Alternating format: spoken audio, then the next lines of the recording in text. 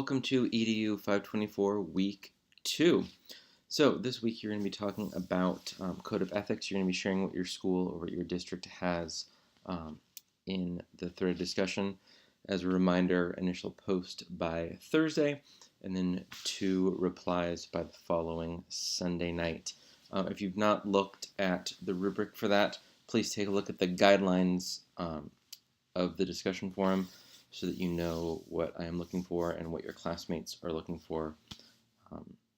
Most of what you're going to be doing this week revolves around that with the Code of Ethics. Taking a look at the chapters you're going to be reading a little bit, there's a couple things I wanted to highlight. There's also 2 Google slide decks that do a good job summarizing that for you. So looking at chapter 3 of your book, looking at what juvenile law is. So again, I'm sure you're going to read through the whole thing and also look at the slides and whatever. But as you're referring to things, and this probably, hopefully won't come up too often for you, but the idea of, talking about juveniles, which are, presumably all of our students, and they don't commit they're not guilty of crimes, right? It's an act of juvenile delinquency, and it might seem like a super subtle thing. You're like, well, what's the point? But depending on who the audience is, it can be a really, really big deal. So, this does a good job of walking you through what to say, what not to say, and how to think about it. Moving on, if students are, remember, not guilty of a crime, but if they've committed an act of juvenile delinquency, then they are considered a juvenile delinquent.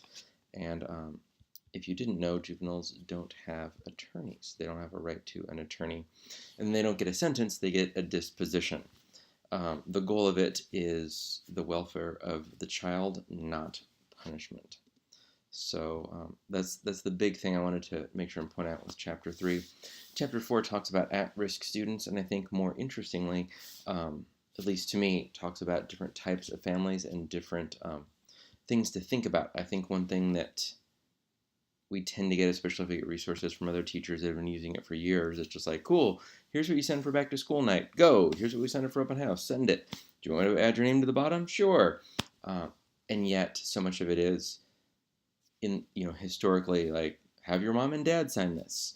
And we are increasingly, and you're going to hear a lot about this in Chapter 4, increasingly finding that many students don't have a mom and a dad, right? So all these slides are going to walk you through some statistics around different types of families. So, right, single parent family, blended families that are remarried, latchkey families where students end up spending time alone.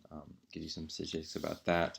Gives you statistics around families with dysfunctions, families with substances abuses, all kinds of different things. That doesn't even touch on same-sex marriages, all of that. So just, I think, an awareness and starting to be mindful of not automatically saying your mom and your dad, because a lot of our students don't have mom and dads.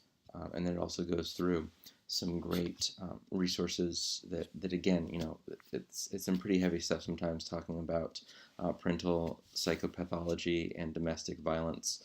But it's really useful. It's one of those things that like we almost wish we didn't have to learn it, but I think are so glad once we have that as a resource. This is one of those things you can also refer back to as time goes on. So, talking about your assignment number 1, I gave you links to everything in the Week 2 announcement. So you're going to be creating a pamphlet talking about either stress or violence. At the very end of that pamphlet, you need to have at least 5 resources, APA formatted, so make sure and cite your sources with that. It's due at the end of Week 2. Assignments are always due that Sunday at midnight, and as a reminder, every week technically starts Monday at 12:01 a.m. I don't hide the weeks, so you're allowed to jump in, but again, please don't submit anything for that week until that week officially starts that Monday morning. For this assignment, I added in the Week 2 and also a previous announcement talking about Canva. If you have not been on Canva, I can't say enough good things about it. I got an email from student asking about Microsoft Publisher. It's just so cumbersome to install these days, in particular Publisher. But just the idea of having a web-based graphic designing. One of the other great things is that this tool isn't just for a pamphlet for 524, right? Especially the app, it'll take images that you've taken, you can grab other stock images, and you can stylize it, and it gives you recommendations and templates based on the social media platform. So if you want to share something on Facebook, it gives you templates for that. If you want to share something on Instagram, it automatically gives you, a square artboard to work with. So Canva is good stuff, and the free version is pretty cool. So use whatever you would like. If you love Publisher, you're comfortable with it, great. If you're not sure where to start, Canva, Canva. There's links to that. There's even lots of templates for brochures or pamphlets. So it should be great with that. I'm hopeful this will be a really great takeaway for you amongst all the tools and resources we're going to look at in the future. Of all things, canva.com. So as always, feel free to reach out with any questions. Email, if it's anything urgent, even small things, feel free to tweet at me, Snapchat at me, text me, whatever you need. I'm happy to help out. And looking forward to hearing what you continue to share in our discussion forums.